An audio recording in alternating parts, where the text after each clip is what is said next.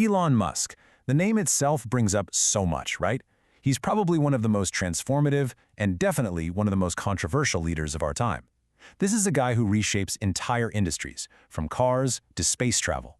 But his methods? Well, they spark some pretty intense debate. So how on earth does he do it? Okay, let's really get into it. Do you think I'm insane? It's a question Musk himself actually asked once. And you know what? It's the perfect way to frame what we're talking about today. We're going to walk that very fine line between what looks like disruptive genius and what some people might call, well, madness in his leadership model. Is he a visionary, a demanding nanomanager, or something completely different? So to get to the bottom of it all, we're going to break his approach down into 4 key parts. First, we'll look at his absolutely world-changing vision. Then we'll see how he actually builds the teams to chase that vision. After that, we're diving deep into the intellectual method behind it all. And finally, we'll put all the pieces together to see the full picture. Okay, first up, the visionary. You have to understand, in Musk's world, everything, and I mean everything, starts with the vision. And we are not talking about small quarterly goals here. We're talking about massive, almost impossibly long-term ambitions that are the very foundation of his entire empire. See, he just isn't interested in making a slightly better version of something that already exists.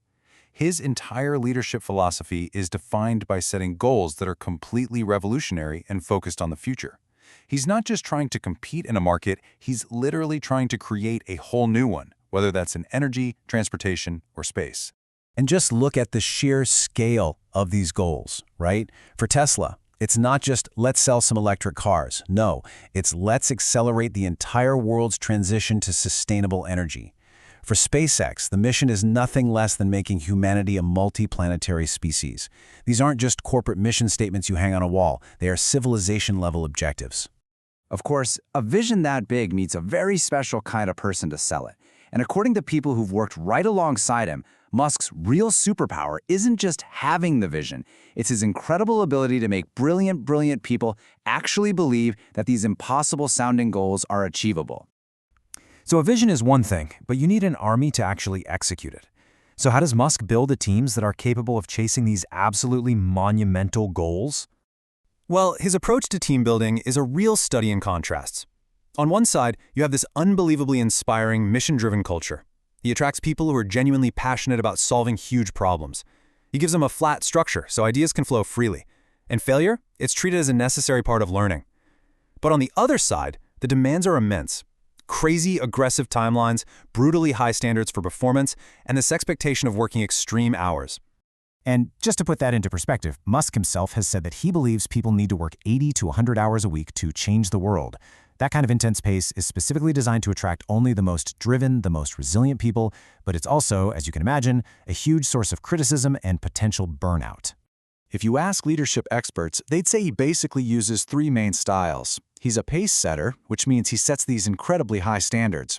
He can also be coercive, a my way or the highway kind of approach, especially in a crisis. Now, both of those can actually have a negative impact on a company's climate.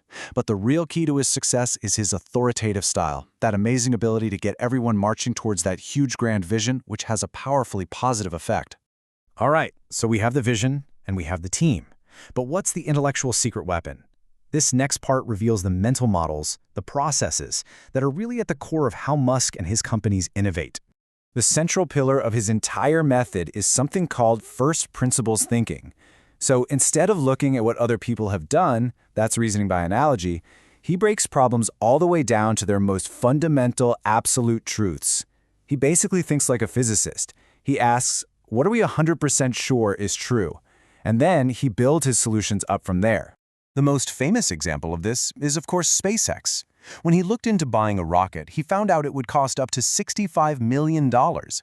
He didn't try to haggle for a better price. No, he asked a much simpler question.